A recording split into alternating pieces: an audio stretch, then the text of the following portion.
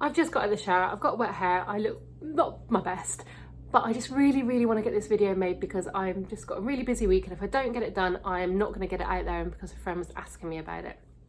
So, fine lines and wrinkles around the eyes, extremely difficult to deal with because this part of the skin around the eye is flat onto bone, into your eye socket, your orbital eye area. There is no fat like I'm grabbing here behind here, so it is always going to look a little bit more sunken, and it's always going to damage a lot more easily. If you have hay fever, if you rub your eyes, if you're, I'm going to sneeze now talking about hay fever.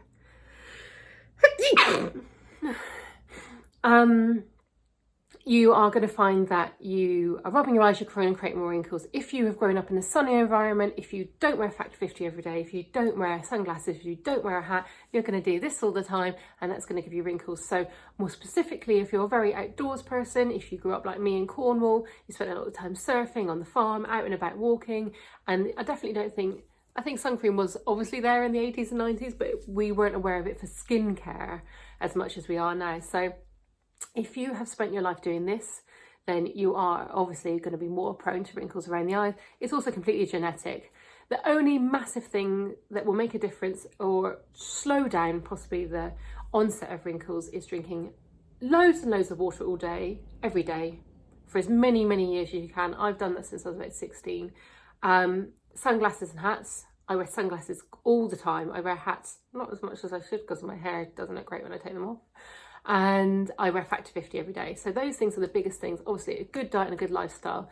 If you are a drinker, if you eat a lot of meat, if you have a more sluggish diet, your eyes are going to look very dark underneath. You're just, the skin is so thin on your eyes. It's about the thickness of about 50 Rizzler papers. That means you're going to see any blockages or blood, the dark blood underneath your skin if it's not plumped out. It's still underneath here, but you just can't see it because the fat's in the way. It's hard. It's really hard for someone like me to explain, but basically anything that's within you is going to show on your eyes.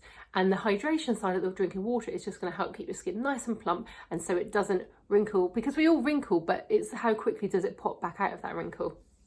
So talking about wrinkles around the eyes, you can use something with a ceramide in or a hyaluronic acid in to help create moisture and keep that moisture within the skin.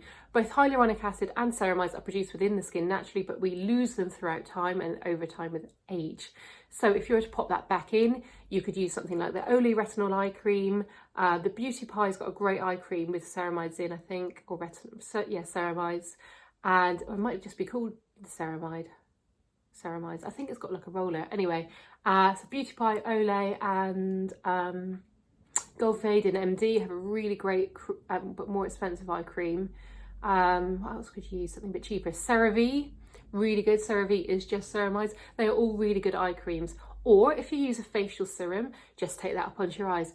A face cream can't be used on the eyes because it's too thick. A face serum can be used on the eyes. You actually don't need to buy necessarily buy an eye serum because it's already a very thin texture. Therefore, it can be taken just onto that orbital eye area and then just let it sink up. I'm just looking down here because I'm going to talk about rollering your eyes with the Amethyst eye roller. So I'm just going to put some oil on my face. This is Beauty Lab multivitamin oil. I've just started using it actually. It's lovely. It's not sponsored, just to let you know. What was I saying? Yes, so any of those moisturisers will really help you to plump out the skin around the eyes.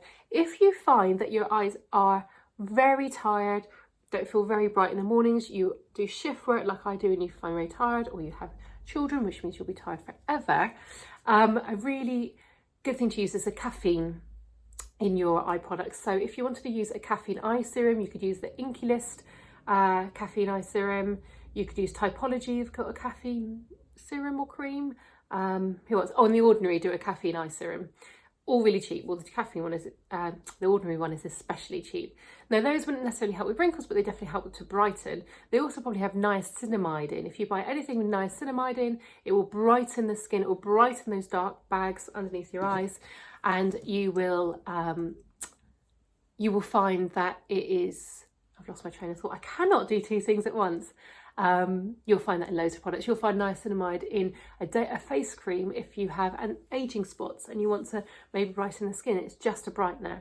So basically things that you're looking for are eye creams with ceramides in, and niacinamide and hyaluronic acid. They are the 3 top things that you should be looking for in your eye creams. Obviously eye creams will contain polymers and everything like that to move it around and keep it nice and soft and hydrating, almost blurring, but those would be really key things. What I love to do every day is either a facial massage with my fingers that I've talked about before, or putting a jade roller, amethyst roller, or a rose quartz roller into the fridge, and then just taking it away from the eyes. So you're actually draining the eyes into those lymph glands that will then carry on and drain down into your neck down here. So always pull away from the nose, go very lightly over the lids, and I take that up onto my forehead as well. This one is from Beauty Lab as well. I got these 2 actually together, so they work really well. So anyway, little things you can do in the morning, or even a teaspoon left in the fridge overnight just to brighten the eyes. But in terms of wrinkles, deep set wrinkles, it is very hard to get rid of those if they've been ingrained into your face that long and your face has been dehydrated to let them set. I would say probably the next stage is Botox or fillers. I know nothing about either of those though, so don't come to me for advice about those. I won't be getting them anytime soon. But I think they're probably very, very helpful if you're feeling really, really distressed about early onset eye wrinkles.